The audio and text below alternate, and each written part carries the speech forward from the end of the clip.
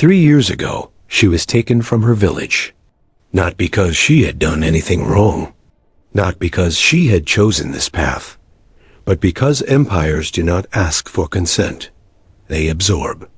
Tonight, she walks through marble corridors in the heart of the Ottoman palace, silk brushing against floors older than her entire bloodline.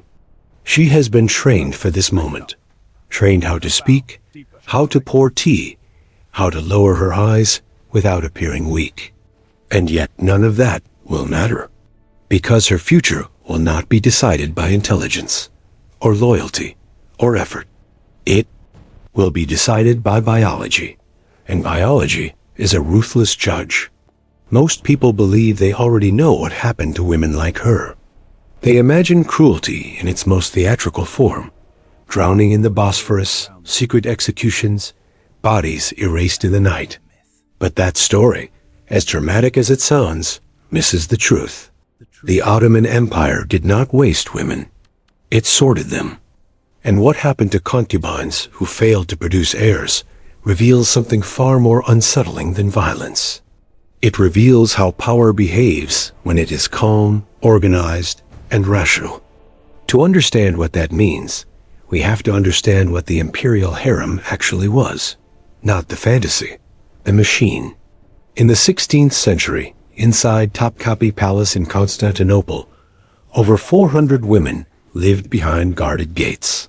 From the outside, European observers imagined indulgence, sensuality, chaos. Inside, it was structure, hierarchy, discipline. At the top stood the valid Sultan, the mother of the reigning Sultan. She controlled access, promotions, marriages, influence. The Cadens, mothers of princes. The Gizds, those who had caught attention, but not yet secured position. And below them, hundreds of others. Students, servants, trainees. Most would never share the Sultan's bed, because the harem was not primarily a place of pleasure.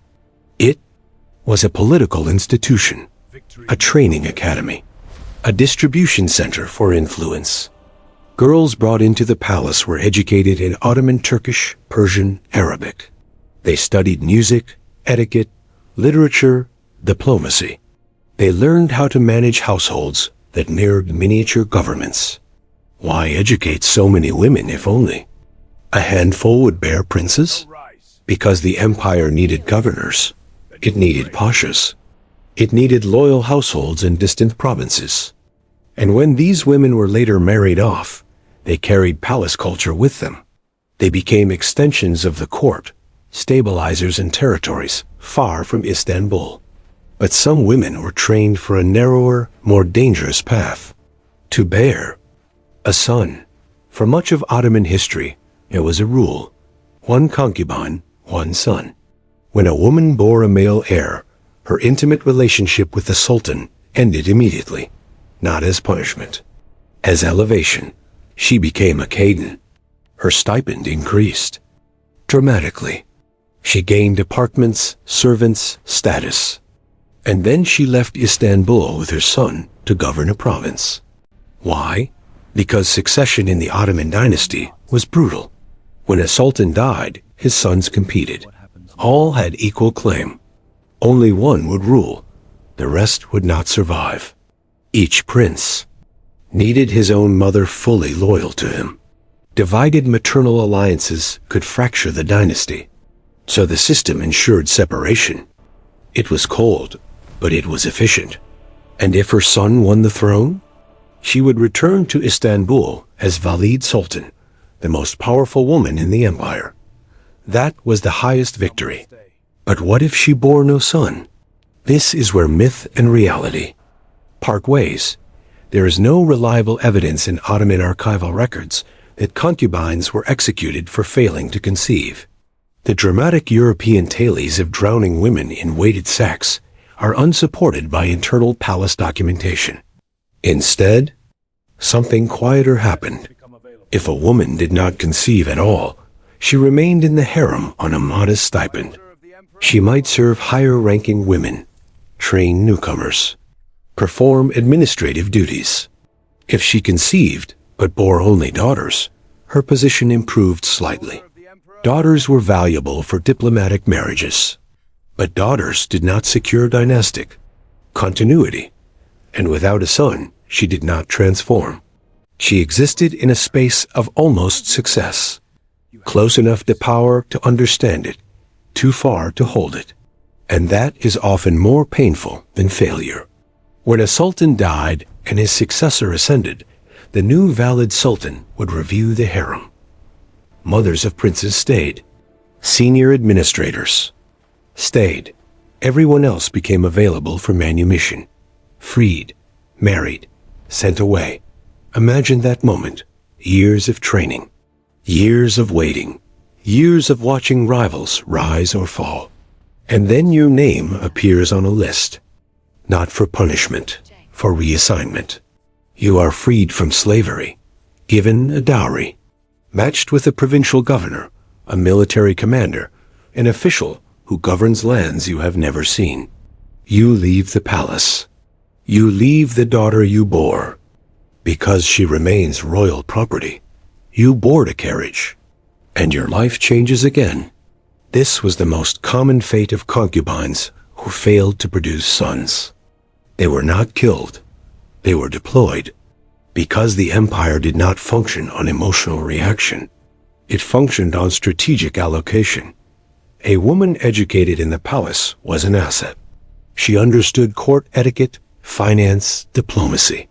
She could host, correspond, manage servants, interpret hierarchy. When married into provincial elites, she extended palace culture outward. She became the sultan's indirect influence in distant regions. The harem was a sorting system, and nothing was wasted. But there is another category rarely discussed. The women who bore daughters.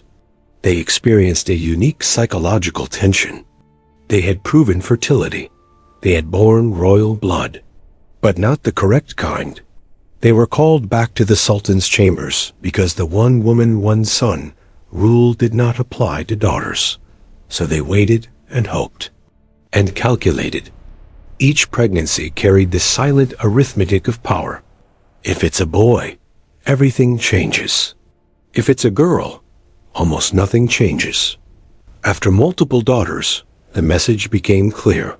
Without a son, you would not rise. Their daughters remained in the palace to be married for political alliance. The mothers left alone. That separation is rarely romanticized because it is quiet. It is administrative. It does not scream. It simply proceeds. And that is what makes it haunting. The Ottoman system did not need spectacle. It relied on function. Some women, however, found another path entirely.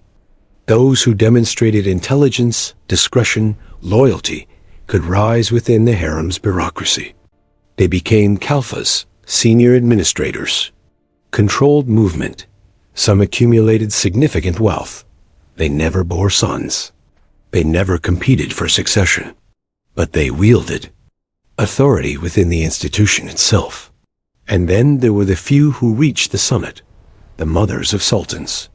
For nearly 2 centuries, historians refer to a period known as the Sultanate of Women, when royal mothers influenced policy, diplomacy, construction projects, and court appointments. These women had succeeded in the system's primary objective, but success did not mean freedom. It meant a different cage. Every alliance carried risk. Every rival mother was a threat. Every official sought access. Power inside the palace required constant vigilance. So here is the uncomfortable truth. Whether she became a provincial wife, a senior administrator, or the most powerful woman in the empire, she was still functioning within a system designed by others. Her value was measured. Her trajectory assigned. The empire did not kill. And perhaps that is more disturbing, because violence shocks the conscience. Efficiency does not. The myth of drowning concubines